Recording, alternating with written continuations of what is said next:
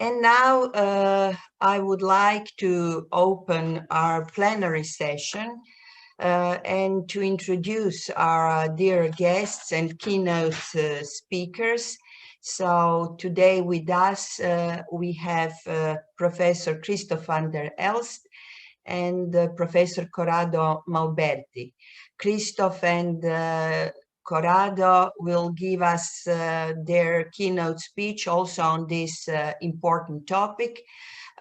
Both have different topics, I would say, but for sure, both very interesting. So welcome, dear Christoph, welcome, Corrado. And please, I would like to give a floor to Christoph and with his topic, shareholder stewardship under COVID-19. Please, Christoph, floor is yours. Thank you very much, Hannah. First of all, also express my gratitude for inviting me over, Hannah, and also for organizing this and making this possible. So certainly also with the team, I know in these difficult times that it is always a challenge to try to move onwards and continue your life as good as possible, also by organizing a conference, and it is a new setting that we now experience. So once more, thanks for setting this all up. Let us immediately also address the topic that I want to share with you, shareholder stewardship under COVID-19. We all know, we experience it day to day, that COVID-19 has had dramatic effects on both our social as well as on our economic life.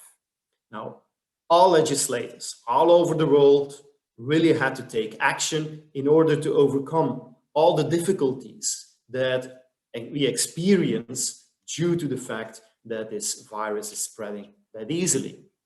Now, with respect to corporate legislation, there is also an enormous amount of work that has been done by the legislators and regulators over the past year.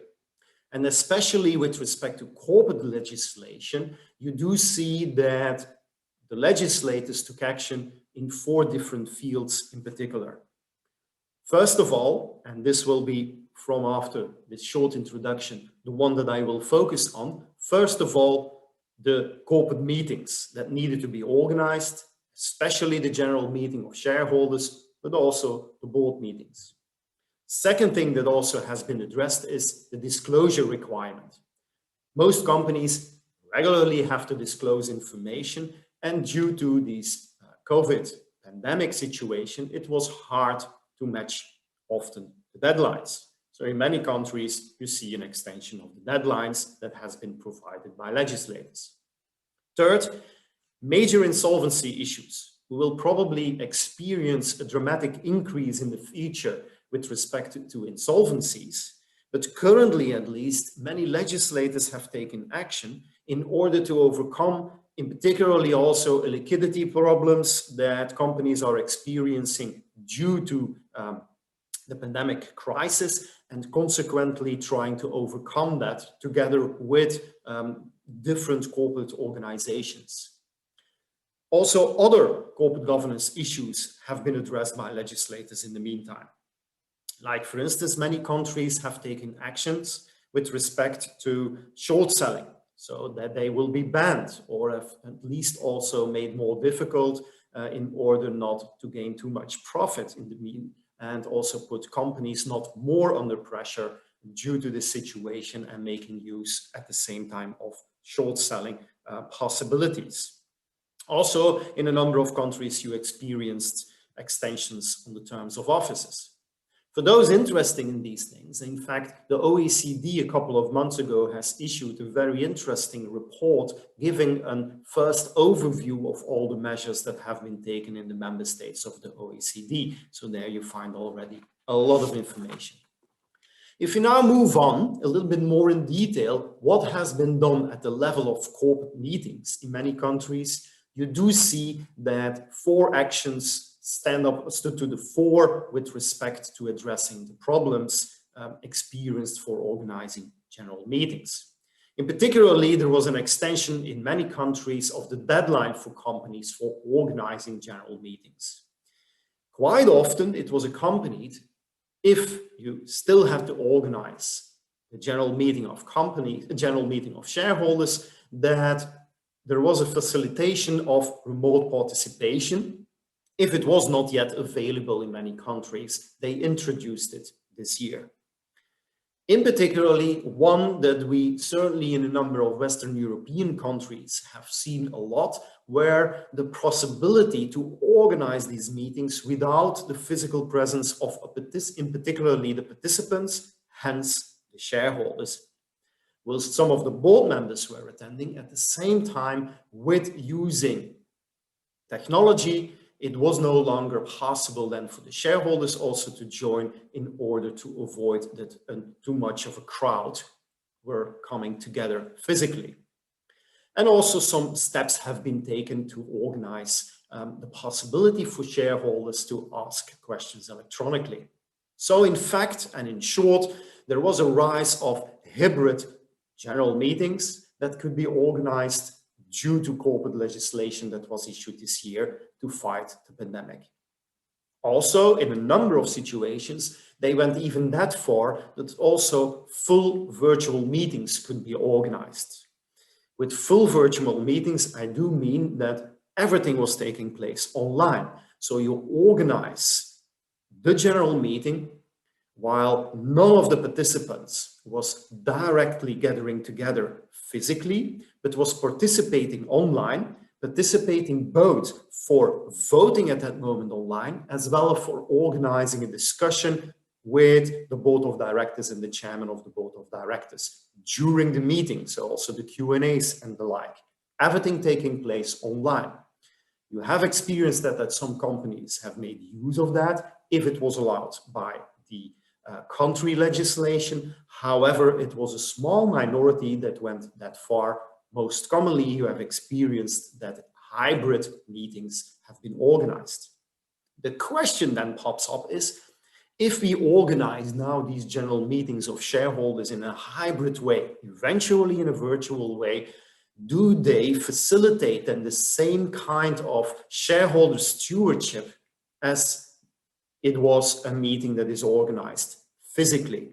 That is a question that I would like to further address, in particularly by taking a look at France. I'm specializing because there is a lot to say about different elements, and I want to, in fact, give you already some recent views that can further be elaborated also for other countries, but where the dangers lie and where the advantages lie, I would like to share, and for that I'm using the example of France. Like many other countries, now we don't dive into the details, France took action immediately after that they experienced a sudden increase in COVID-19 spreading around the French territory, which was early March. At the end of February, early March, you really experienced a dramatic increase of victims. Parliament took action by issuing a law, and also based on that law, it was further possible by the government in ordonnance decrets, and also by the ministry and the supervising agency, the AMF, Autorité des Marchés Financiers, to take action. In particularly, the one that I have put in italic is giving the groundbreaking form and structure how to cope with the COVID-19 situation in general meetings of shareholders. And the most important, there are other elements that have been taken with this legislation that was issued in France, but the most important one is to be found in Article 6 of one of these legislative instruments of 25 March 2020, that ordinance that is stating that the competent body, which in most situations would be the board of directors, that body could now this year decide that the meeting is to be organized or can be organized without any member, any shareholder participating physically. And it should be then organized how they could, from the distance remotely, could participate. It could also be done by conference calls or in combination or by some kind of audio-visual techniques that are possible to make use of.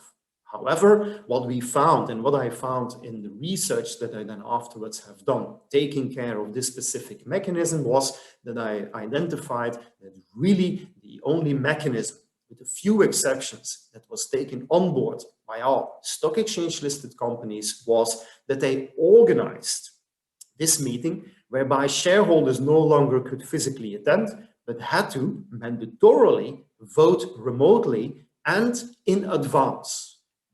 Two mechanisms were still possible. Either you provided a proxy to the chairman, either you made use of an online platform, secure platform for access most of the time in France, where up to most of the time 3-4 days, sometimes 2 days before the meeting took place, you could go to, logging as a shareholder, and then vote remotely in advance. And it was no longer possible to wait until the meeting took place to give your voting results as a shareholder. So in fact, it was a hindrance, at least to say the least, a hindrance for the shareholders that they no longer could wait for the Q&A session before issuing their votes. Next, which was then directly related to this remote voting, is that the Q session, so the question session, was almost always also now taking place in advance. That was the common practice. Only a few, and I'll later on give an example of an exception, only a few of these companies organized it in such a way that it was also possible to online during the meeting ask questions. Most of the time, 3-4 days before the meeting took place, a shareholder had to send in writing or through these electronic platforms their questions to the company. And these questions were then addressed during the meeting. Exceptionally, so organized during the meeting, still a Q&A session. So these were two major measures that have been taken and that significantly could influence the stewardship position that shareholders have. The question is then, of course, to what extent it actually did influence and whether we can measure this influence. So this was also something that I did. They organized hybrid meetings. How did it affect? Just for an illustration, here is how one of these large companies listed on the French stock, on the Euronext Paris Stock Exchange, Unibail, took care of instructing their shareholders towards voting via proxy for the chairman of the general meeting or voting by post, most of the time through the internet, for which they received such a type of a document. It's just an illustration. Now, what I now did is trying to identify how actually this has influenced stewardship of shareholders.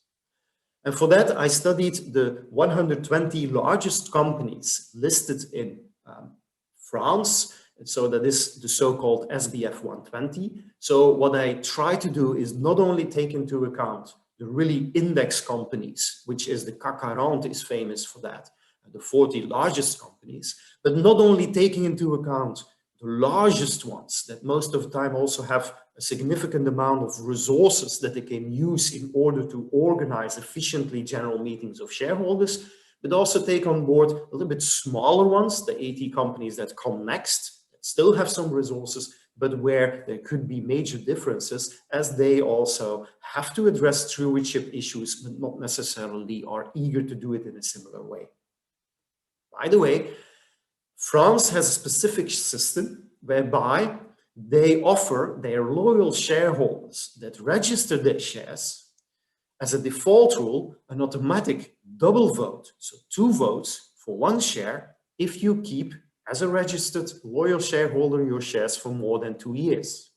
This system already exists for decades in France and is often used. By the way, nowadays, it's one of these so-called advancing stewardship elements. A number of other countries have also introduced it. Italy, for instance, a number of years in 2014 has introduced a similar legislation. And I also know that a large number of companies in Italy, I think approximately more or already more than 60, so approximately 1 out of 4 companies already in Italy make use also of this system. Last year, Belgium has introduced also a similar system. So it's definitely also something that needs to be taken as an element as a study element to see whether this is also helpful for stewardship, that you want to have a better relationship with your shareholders that are loyal to the company by providing them dual votes. And effectively, approximately 2/3 of the companies in France do make use of the so-called OS2V. 1 share is granted, but they have 2 votes after 2 years.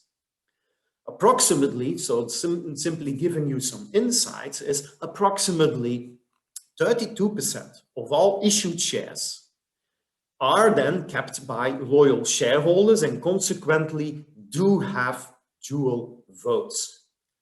Consequently, and this is pretty stable, I have to say. So in order to also compare what the effects were in 2020, I have studied it from 2016 onwards. And approximately 50% is the voting power, a little bit just above the 50% is the voting power, the mean voting power of the shareholders in companies where they do make use of double voting rights. So more or less also half of the companies, a little bit more than, even more than half of the companies do have shareholders that are to be considered loyal and that have a decisive voice for the decisions to be taken at the general meeting of shareholders, because they have the majority also of the voting power. And that stayed stable and was not affected in 2020 by, in fact, moving to a remote voting system. So it didn't affect. To take this a little bit further, probably many of you already experienced or have some knowledge about what the number of shareholders are that indeed come to meetings and vote at meetings and hence make use of a low-cost stewardship approach, which is at least to be active as a shareholder and vote your voting rights, to agree with management or sometimes disagree with management. And in fact, it is at a stable level in France between 70 and 75%, which you can find in the first number of columns, so the overview from 2016 to 2020. And COVID did not affect it. It was a little bit higher than the previous years, but if you see the trend from 2017 onwards, there is no major difference to be reported. What is to be seen, and it has not been influenced by COVID, is that indeed loyal shareholders are eager to participate. And the average attendance of loyal shareholders that are the owners of the dual voting shares is around 90%, and that is also stable. Whilst the average attendance of the other shareholders that only have 1 share, 1 vote in those companies where there have been issued dual voting rights, those participation of this type of shareholders is significantly less, around 60, growing slowly to 65%. And you do indeed see a little bit of an increase and at this level that this year, those shareholders participated a little bit more than the previous years. Whilst at the same time, for the other companies, so as you know, 1/3 approximately of the companies do not have dual voting shares. If there is only 1 share, 1 vote, the average is between 70 and 75%, and that did not change. So at least, not COVID changed, but you do see that loyal shareholders are more eager to participate and attend general meetings of shareholders. A number of companies do also disclose much more detailed information, also giving insights in how many shareholders actually participate in the meetings. So in fact, either attend the meeting or use one of the alternative mechanisms like giving a proxy to the chairman, vote remotely. How many of these shareholders do this?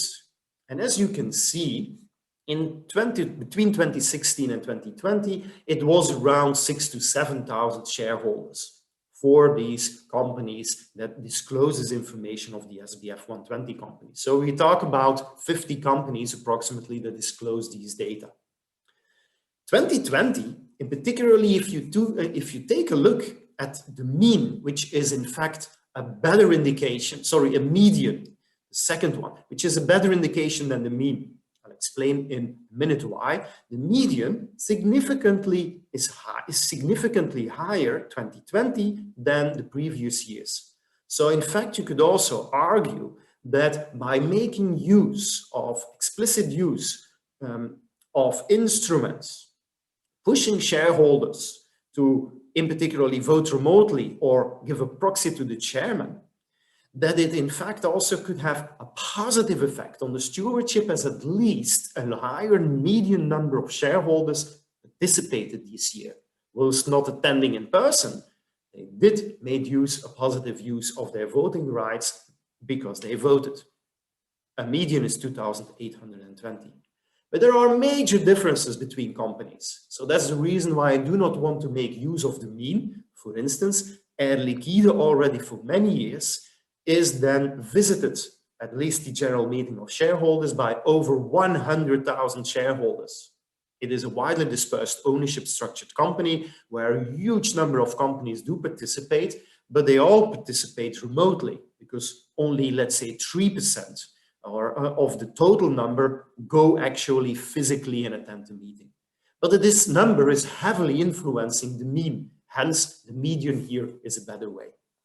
Now, the next step then is, of course, huge numbers of shareholders do actually make positive use of their voting rights. Is what mechanism do they make use of? And are there differences here? Because in particular, it can help us to, in fact, further stimulate good shareholder stewardship. And if you then take a look at the right-hand side at the first part of this table, you do see that in 2020, due to the prohibition to attend in person or send somebody else to the meeting that represents you, and only keeping the proxy to the chairman and the remote voting, the 10% that was the case in 2019, that either attended in person or was represented in this meeting, that you now have 0% there, all making use to a proxy of the chairman. In fact, they all wanted that the chairman was making positive use of their votes, which in particularly would say that they are heavily supporting management, because the chairman will always make a positive vote for the shares that are granted to him or her. Remote voting stayed at the same level, 40% approximately. If you then see also which type of shareholders make use of these different techniques, you do see that some of these people that attend in person really had a significant voting block in the company, because whilst it was decreasing over the years from 2017 to 2019, the voting power of the attending persons dropped from 42% to 28%. It now completely disappeared. And that these couple of persons that physically were attending the meeting with a significant voting block opted for the remote voting. They actually did not want to give a clear yes vote as a proxy to the chairman, but wanted to make use of their voting rights for each individual item, saying yes or no, so not necessarily supporting management all the time, and making use of this remote voting principle. So from that possibility, from that perspective, that is also a significant effect of the measures that have been taken, completely kicking out the persons physically attending. A shrinking majority of loyal shareholders was attending in person. As you can see, more than 50% of the shares to which double voting rights were attached, if you had that, they were attending in person. So they had to switch and opted now for another mechanism, and in particularly opted predominantly for remote voting. So in fact, whilst previously these loyal shareholders still were willing to attend the meeting in person, probably also have some debate with the board of directors, this now completely was shifted towards remote voting, which is not something that is to be supported from a stewardship perspective. For the other ones, the transition to remote voting and proxy was not that dramatic. It was approximately 10% that was still of one shareholder, the shareholders that have one share, one vote, that needed to opt for an alternative mechanism, which was equally divided by giving a proxy to the chairman or to really also do remote voting. Another thing, and due to the time, I'm not gonna, because I want to stress something else more in particularly. Another thing that you immediately can see over here that I will not develop is that this shift towards remote voting had no dramatic effect on the voting results as such. Here I only presented 2020-2019 data for some particular voting issues, like for instance on the remuneration package of the CEO or the remuneration policy, and you can see that there are hardly any differences due to COVID. There is a significant difference between the agreement that the shareholders have for some decisions to be taken. There is a significant wig between the lowest and the highest approved item, but COVID and hence the different voting modes that have been used are not making a difference here. What is another difference, and that is in fact pretty much worrying in me, is what happens at the meetings itself, and that here shareholders are curbed. So from a stewardship perspective, this has not been a good development.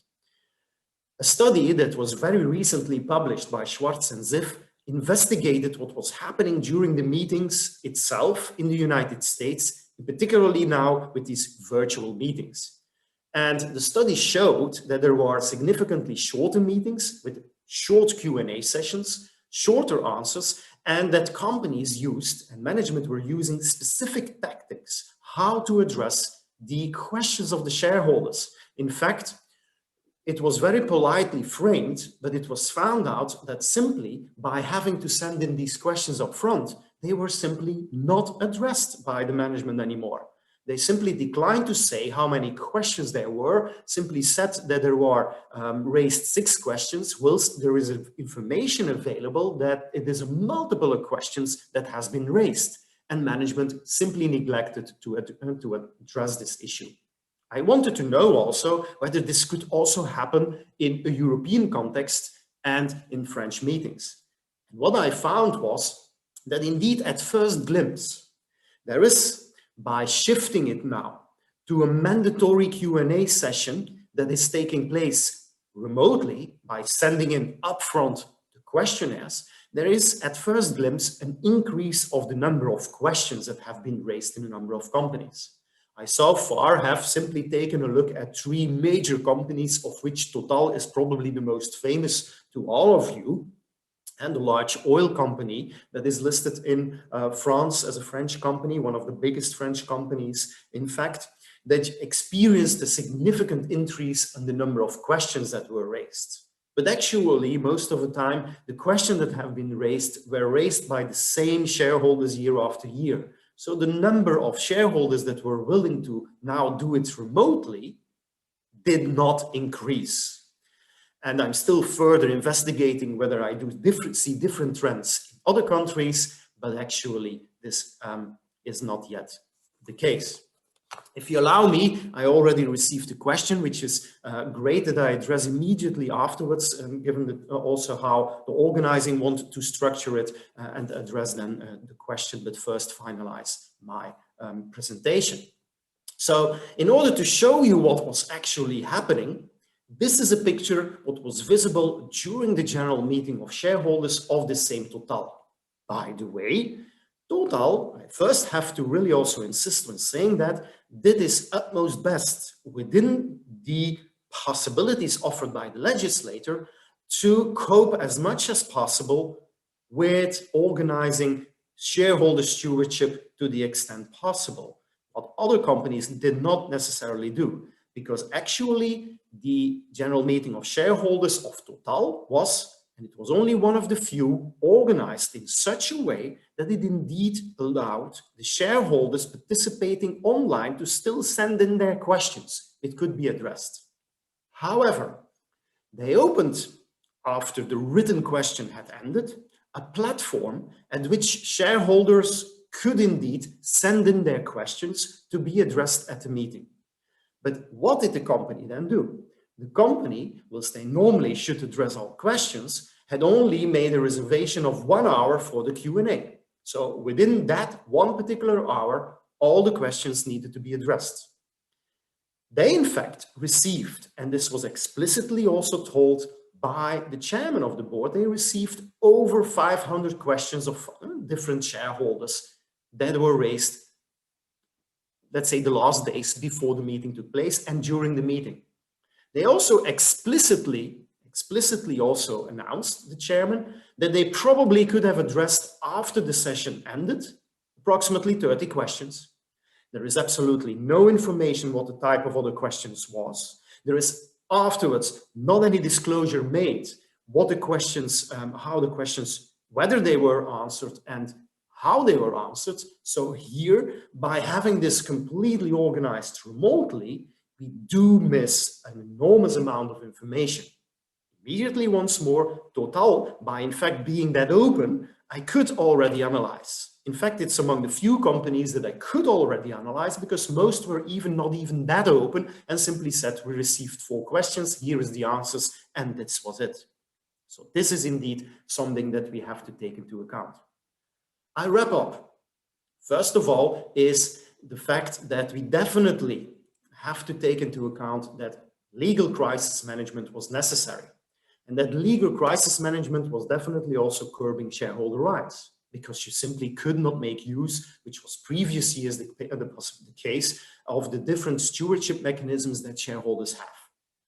However, if one takes a look at what so far the effects were of COVID-19 in particular, certainly on low-cost engagement, it is negligible. Shareholders continue to vote in a similar way. We're even attending a little bit more. So it could be, in fact, an interesting feature to allow this and stress this as a possibility to at least get a number of shareholders to a stewardship level that they do the low-cost engagement, which was previously not the case. But especially the loyal shareholders were more hurt than the other ones because they were required to choose an alternative mode because relatively often they still made use of the physical attendance.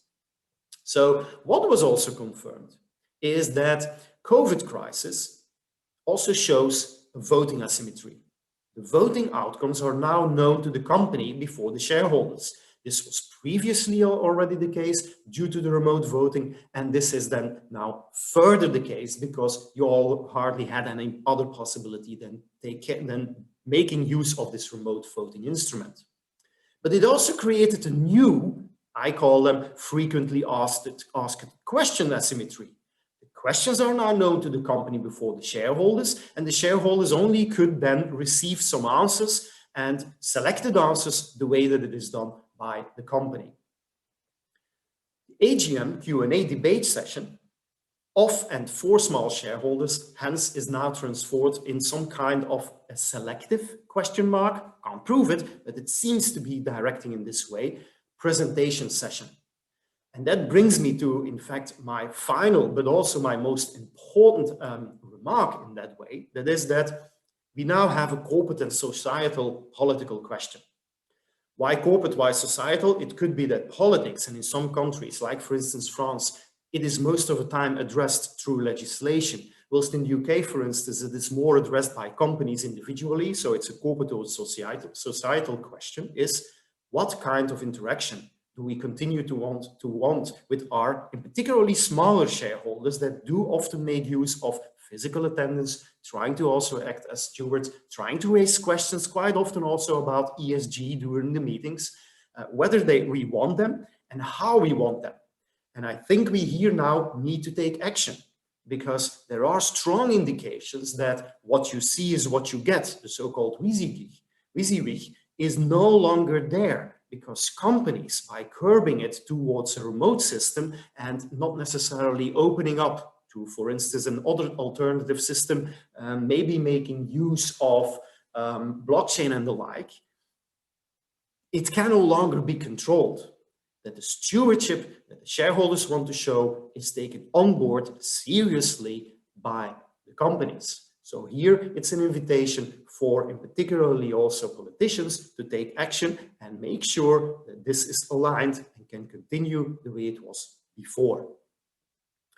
Thank you very much for listening, and I'll first maybe give the floor to the chair to see whether or not I now have to take the questions or how we should optimally take care of that. Thank you, Christoph. You really gone immediately in medias res, I would say, with your topic. Thank you very much. It was such interesting, your findings and everything you have said. We have questions already, but our idea was to follow with our next keynote speaker. So maybe to listen to Corrado and then to open the discussion, if you agree. If that's okay with you, you can read the questions, prepare yourself, and then after Corrado's speech, we can open the discussion. Thank you very much, Christoph. Thank you. Our next speaker is Professor Corrado Malberti.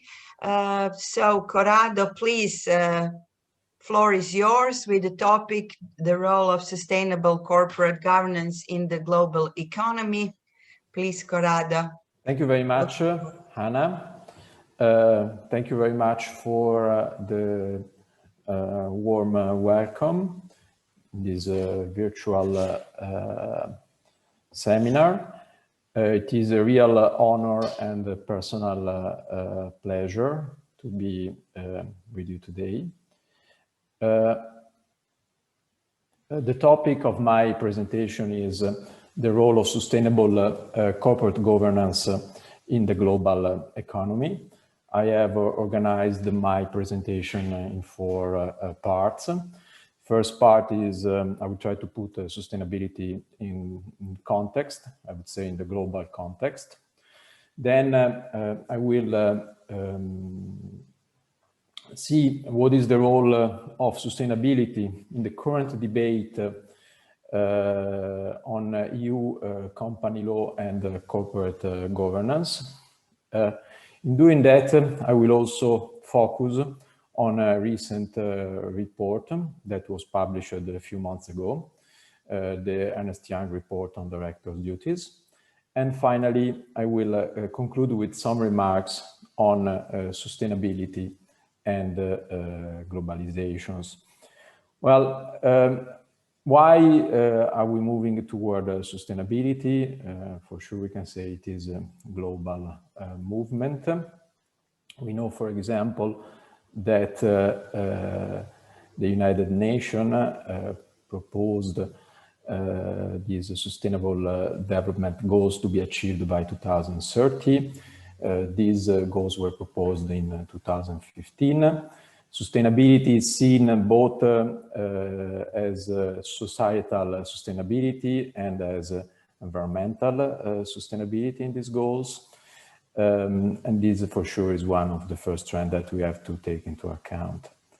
Then we should also remember the Paris Agreement concluded between 2015 and 2016. Mainly focused on climate change and so on environmental sustainability. But we shouldn't also forget that before these initiatives, we also had initiatives concerning the societal sustainability, the Ruggie principles, from 2011, also an initiative of the United Nations. And we can say that the basis for the current debate on sustainable company law and sustainable corporate governance may be traced back to these different international initiatives taking place since 10 years, mainly at the United Nations level. I move now to the second part of my presentation. So what is the role of sustainable policies in EU company law and corporate governance? Well, we can say that the debate in the European Union started in 2016 with the creation of an high-level group on sustainable finance, which published the report that you can see here, Financing a Sustainable European Economy. Following this report, the Commission decided to propose an action plan, the action plan Financing Sustainable Growth, also in 2018. And at the beginning of 2019, DG Just organized a conference on sustainable corporate governance, which I think it is really interesting to watch, because you can really see that the approach that was usually taken by the Commission changes radically. And you really see also from how the topic is addressed that, as Johanna was saying, there is a kind of paradigm shift in the policies the Commission is considering for its action. We should also say that another step was taken in the mid-2019 with the establishment of the new informal company law expert group. And why that? Because in this new configuration of the company law, informal company law expert group, the Commission asked new experts involved with the debate on sustainability to be part of the expert group. For example, now we have as a member Christophe Clair. Here you have a report that it published for the International Labour Organization on corporate governance structures, an expert from France. Then another expert is Beate Schavel, well-known researcher on sustainability topics. Here you see one of the, I would say, less recent publication toward the sustainable European company law, which was published already in 2009, but she's involved in many projects, and her focus is mainly on environmental sustainability. And also Jean-Philippe Robet, while Beate Schavel is from Norway, Jean-Philippe Robet is again from France, who devoted many of his reflections on the problem of what is an enterprise, what is the role of enterprises in our society, again with a focus on sustainability. Well, something that we can say is that for sure the French debate played an important role in the European debate, in the development of a European debate on sustainability.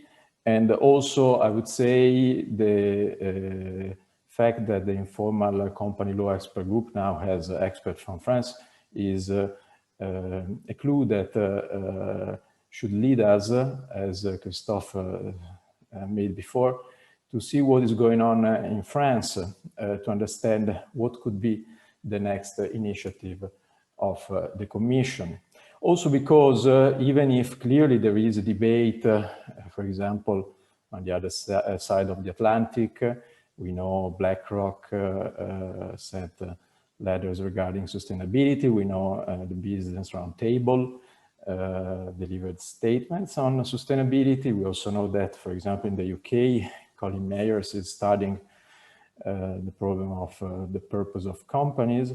But in the end, probably what will happen is that the European Commission will listen to the expert that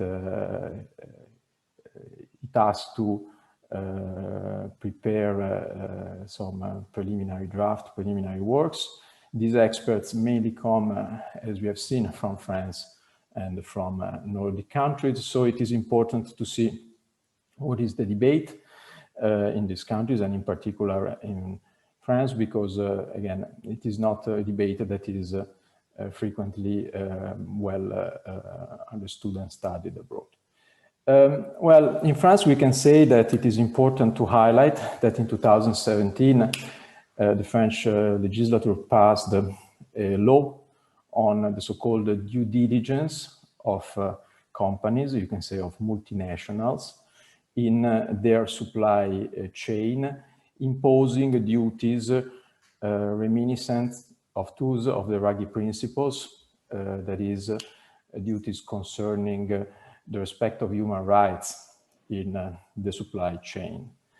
For corporate governance, it is particularly important, this report, the Nota Sénat report, which resulted in a piece of legislation. The report is from 2018. The new legislation is from 2019, the so-called Loi Pacte, which introduced in the French Civil Code the company purpose, or as they say in French, la raison d'être de la société, and also modified the company's interest, which now takes into account also environmental and societal objectives. Interestingly, and so we can see now what is going on at the European Union level, we see that similar initiatives have been undertaken also by the Commission in its preparatory works. At the beginning of 2020, the Commission published a study on the due diligence requirements to the supply chain, similar to, I would say, in the approach to the law we have seen in France regarding the devoir de vigilance, the duty of due diligence. And a few months ago, the Commission also published a study on directors' duties and sustainable corporate governance, which is now heavily discussed in academic circles, because it raises many questions regarding what could be the next actions of the Commission with regard to introduction of directors' duties regarding sustainability, which will to some extent achieve something that was never achieved so far, so the harmonization on rules regarding the board of directors, or as they're also called, the company organs, even if this is not really an English term, but it is a term of the English, I would say, EU company law. Well, for your interest, in addition to these documents, we also have a public consultation that is still running. It is open until February 2021.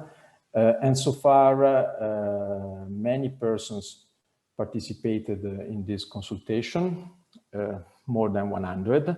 Many of them from the academic world. Reading the feedback is quite interesting. Many participants also from, for example, the United States, so not just participants from the European Union.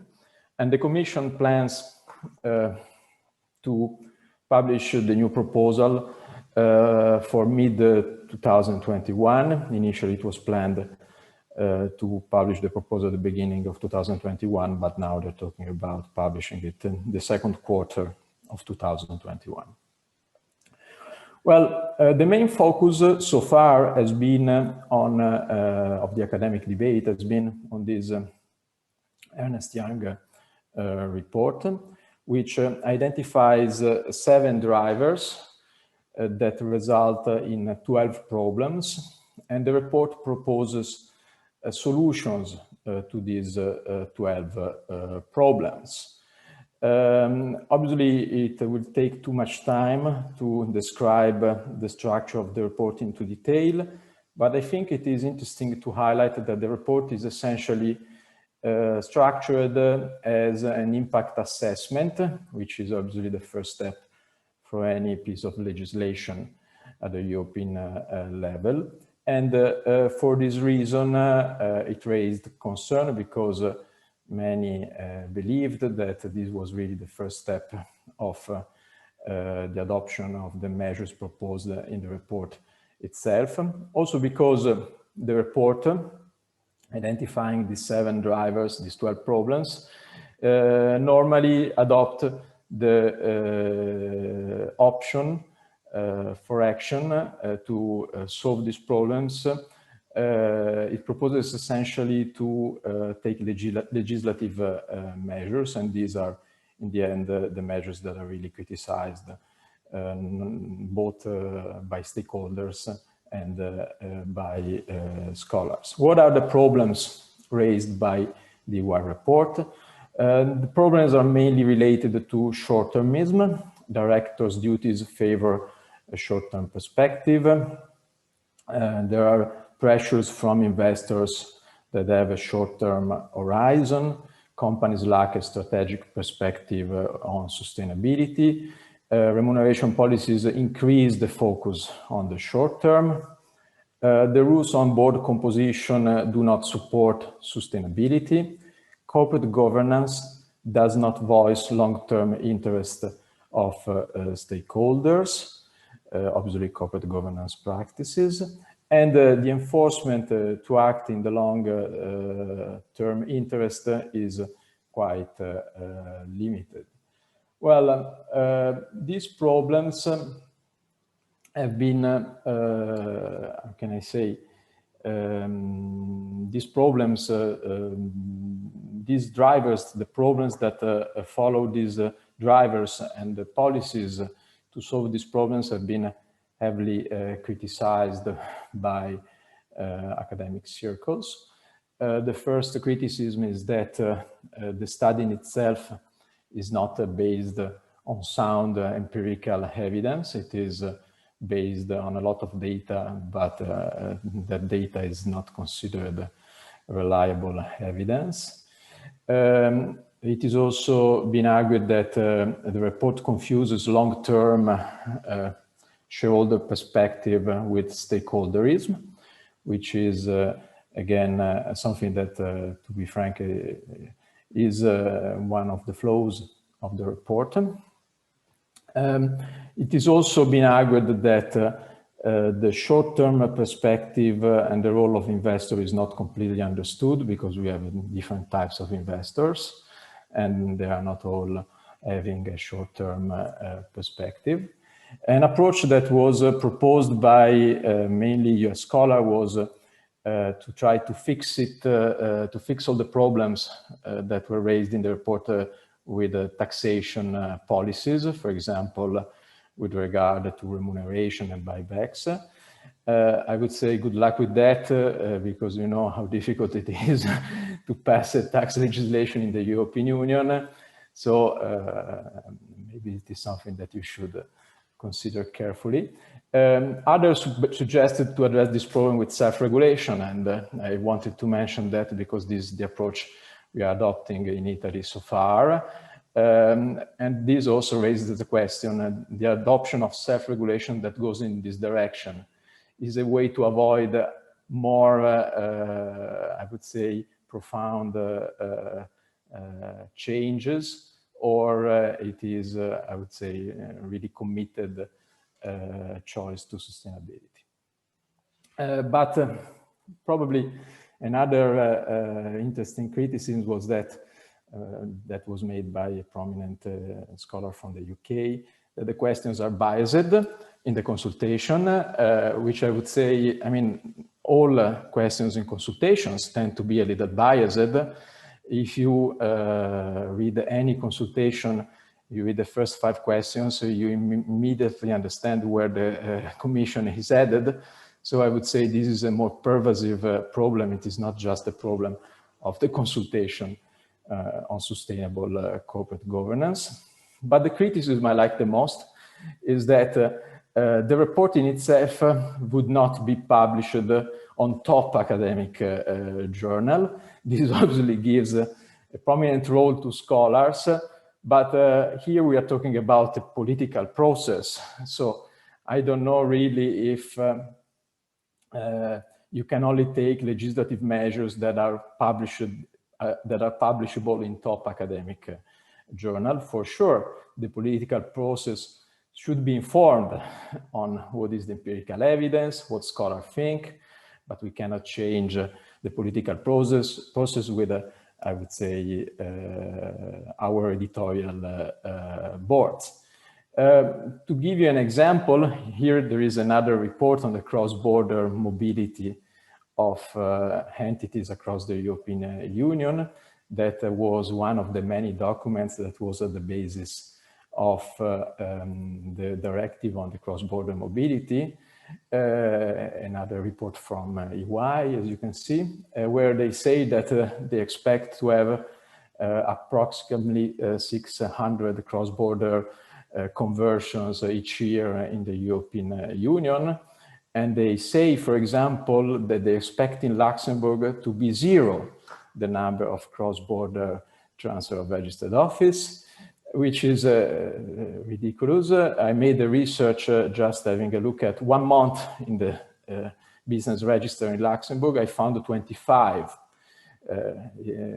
transfer of registered office from and to Luxembourg. So you can see if this report says so, and it was used as a piece of evidence for the directive on cross-border mobility, which is now in force, even if not yet implemented in member states, you cannot be so critical only on the report regarding the duties of directors concerning sustainability. But I think that all this debate in reality is not, and so I move to the last part of my presentation, is not really considering the real problems that these sustainability proposals may raise. And in fact, it would be important, in my view, to understand what could be the role of sustainability in globalization.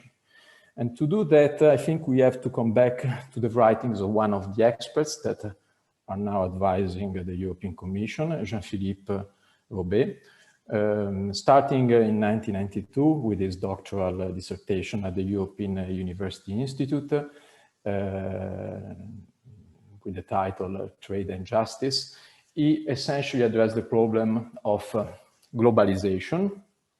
More recently, he edited a book with Antoine Liancan and Stéphane Vernac, Multinational and the Constitutionalization of the World Power System. So essentially, in the first chapter of this edited volume, and I would say along is a scientific publication, Jean-Philippe Robet highlights how, in fact, the globalization resulted in the creation of what he calls a world power system, where you have, on the one hand, sovereign entities like states, on the other hand, companies, multinationals.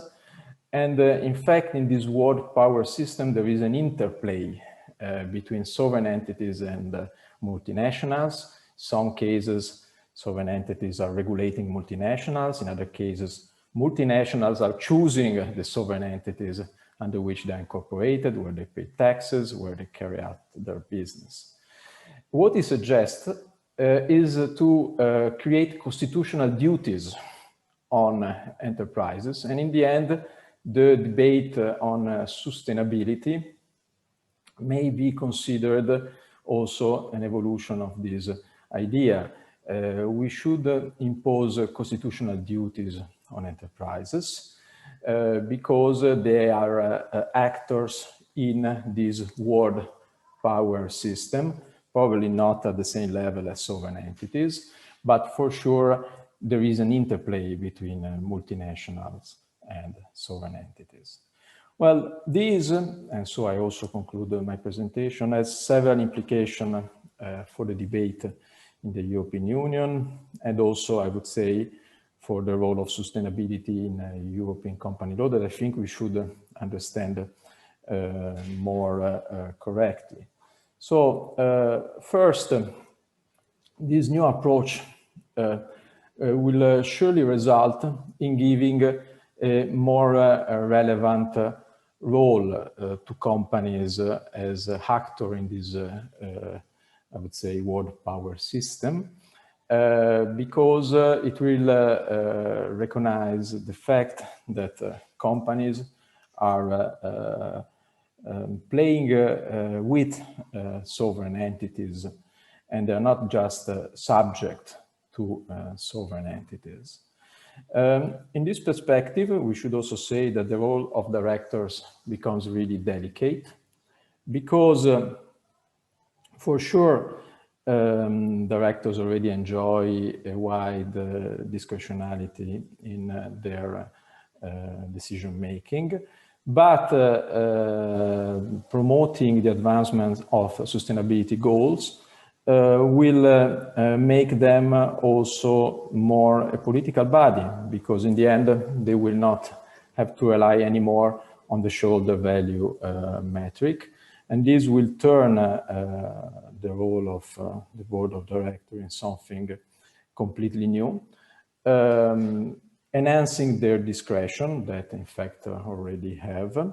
But what is quite relevant is that by playing a quasi-political role, in fact, it will be important to verify to what extent they are legitimate power to do so. They have a legitimate power to play a political role. And in fact, so far, political decisions have been made by elected persons and not by persons appointed by shareholders or by shareholders plus some stakeholders. The shareholders are probably the subjects that will lose more ground in this evolution. And in fact, even now, there are many discussions regarding the risk of seeing the shareholders expropriated of their rights, and many discussions are made regarding the fact that the adoption of sustainability policies, the imposition of sustainability policies on companies may result in a violation of the human rights of shareholders, and not just, I would say that human rights should be respected by companies. And what is the human rights that is violated? Obviously the property right, but also the right to carry out a business, which is a right that we find, for example, in the Charter of the European Union on human rights.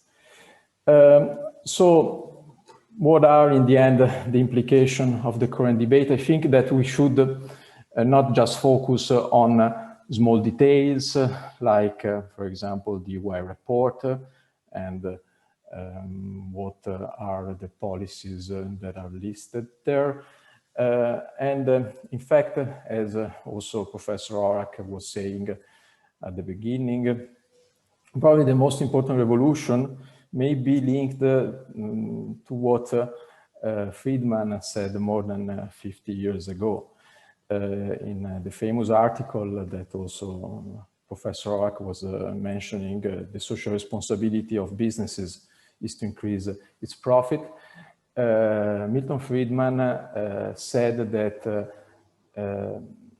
companies should play within the rule of the game, and in Capitalism and Freedom, he also said that in fact the government should play a role in determining what these rules are, and so companies are subject to, I would say, governmental decisions, which in this new world power system could not be the case anymore. And for reason, I think it will be important to see if it will be important to see if this increased, I would say, reception of sustainability policies by company will result also in recognizing them a role that they didn't have in the previous system before this paradigm shift. Thank you very much.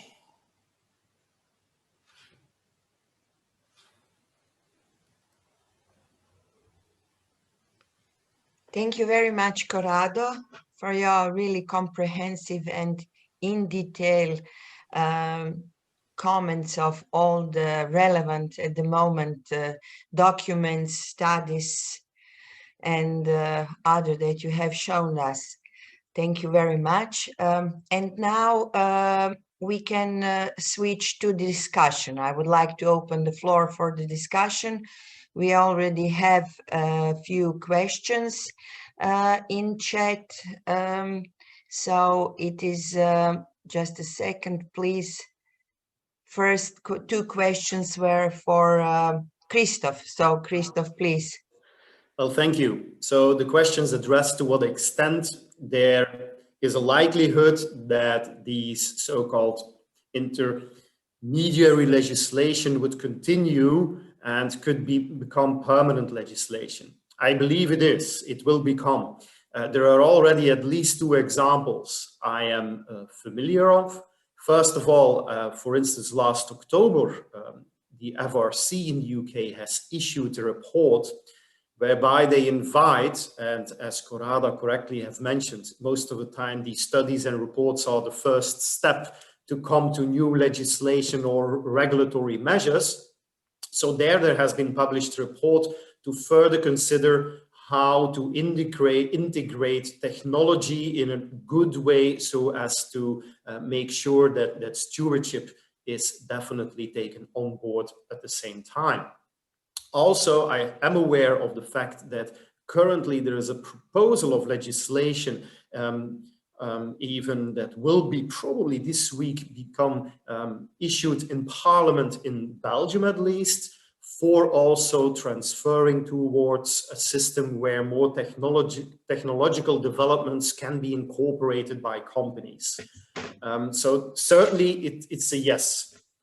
If it is also to be addressed, as the second question came from Dionysia, thanks for that, at the European level, also for looking after the revised Shareholder Rights Directive number 2.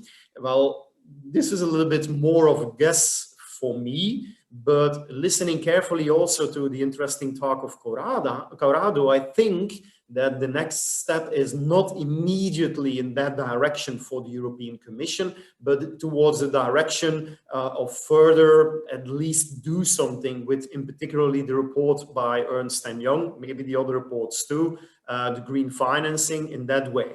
So it could be that as a side element, it is also taken on board in a broader perspective to also put forward and stress the importance of stewardship. But I have a little bit the idea that the directive of 2017 and the executive measure that was later that year also published is at the moment still to be absorbed by many countries. It will be assessed, but not in the very near future will be then further developed.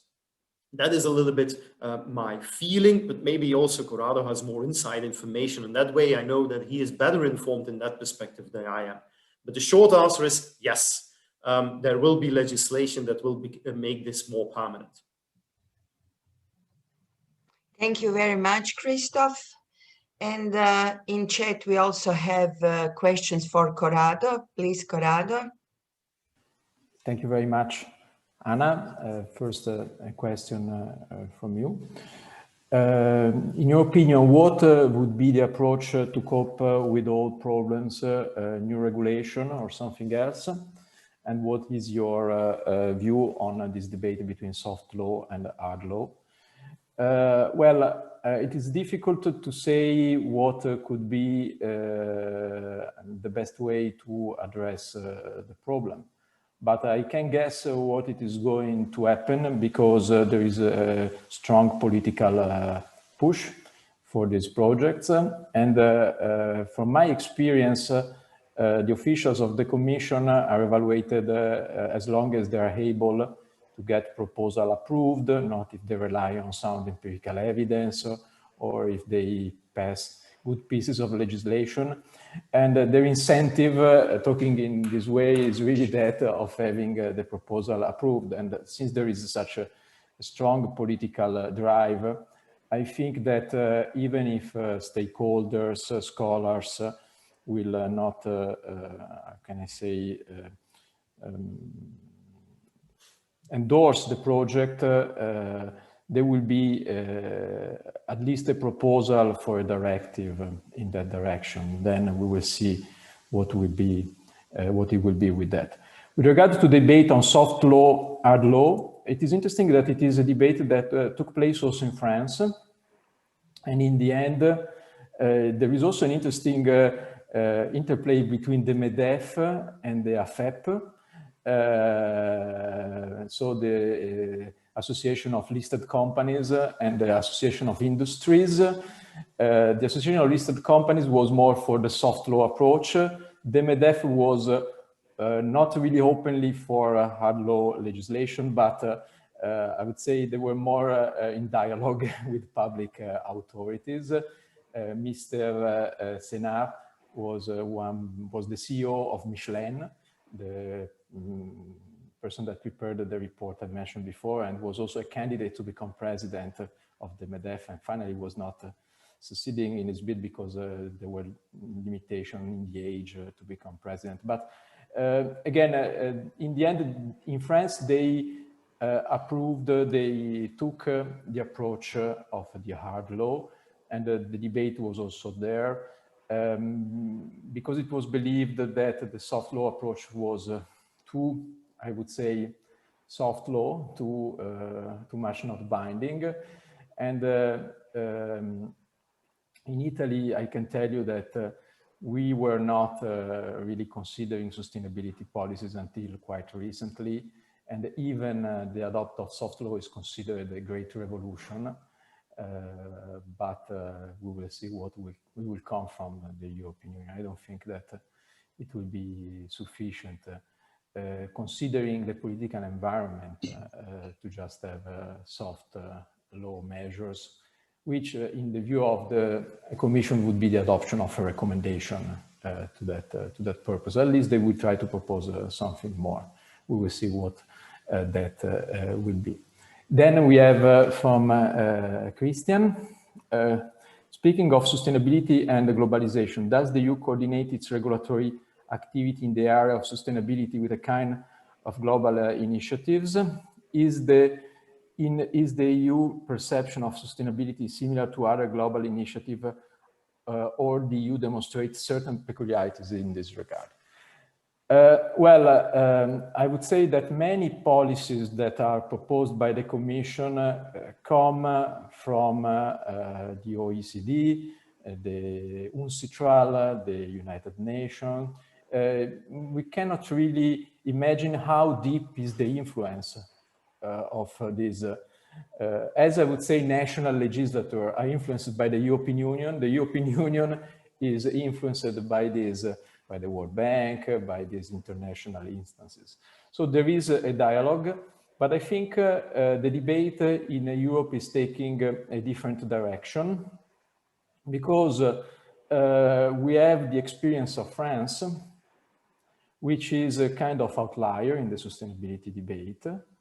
And also they are proposing their way, which could become the European way. This is at least what I would say French scholars propose, especially after Brexit, but which is slightly different, actually radically different from what we see in the UK and what we see in the United States. For this reason, I believe that the final approach of the European Union will be different, because there is the strong influence from an important member state that already has these sustainability policies, and which we also would like to have them applied to the other member states, to see them applied to the other member states of the European Union.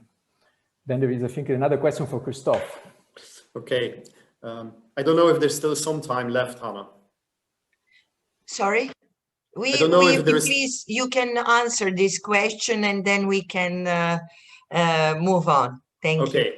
Well, the question is whether I have empirical findings if after COVID-19, institutional investors vote differently from these smaller individual shareholders. Well, actually, the data that I now investigated do not differentiate between these two classes of shareholders.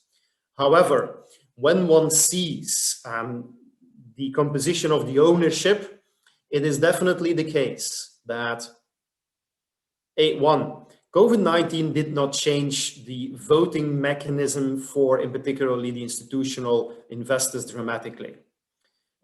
They already used, to a large extent, remote voting. So this was simply continuation. It was in particularly the smaller shareholders and some quite often other large types of shareholders that previously were visiting in person the meeting that had to find an alternative mechanism. And the way that I understand the data that I have so far collected is that in particularly smaller shareholders now indeed have made use of a proxy to the chairman of the board, hence supporting management. Whereas the institutional investors simply continued to do the remote voting and hence also differentiate whether they vote all the time, yes. So here COVID-19, to my first understanding of looking at the data, does not generate a major difference. It is not a perfect answer because, in fact, the data does not disclose, obviously, GDPR and so on and so forth, how exactly the different parties have been voting. But it gives you an idea how it went on. Thank you, Christophe. Thank you, Corrado. Thank you really for this, I would say, hot keynote speeches tackling the all the problems that we will discuss within these 2 days. Thank you, the audience, for your questions. And now we will have a short break and we will be back with you at noon. So then we will start our first session, corporate responsibility and socially sustainable company. Thank you all for your attention. Thank you to our speakers and see you in 20 minutes. Thank